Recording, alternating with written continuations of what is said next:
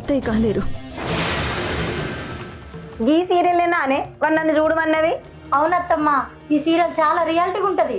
చి పాడుగాను, ఎంత పాప పోట్టుకోడలే అత్తని గంటగానం గోస పెట్టుకుంటుంది. దిక్కు వాళ్ళ సీరియల్. అయ్యో అత్తమ్మ, నీకు తెలియదు గాని ఆ కోడలే మస్తు మంచిది. అలా అత్తే పెద్ద కంప. సూత తెలుస్తలేదు అనేవలేందని నువ్వేమో గట్ల చెప్పుకొస్తావు. మీకు సమాధానం చెప్పడం కోసమే ఇక్కడ ఉంటున్నాను.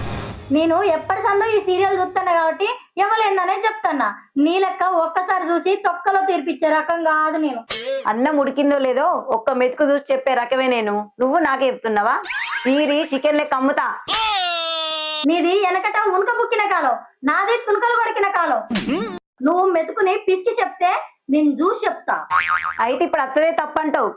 ఒక్క అత్తదే కాదు, అత్తలందరిది తప్పే.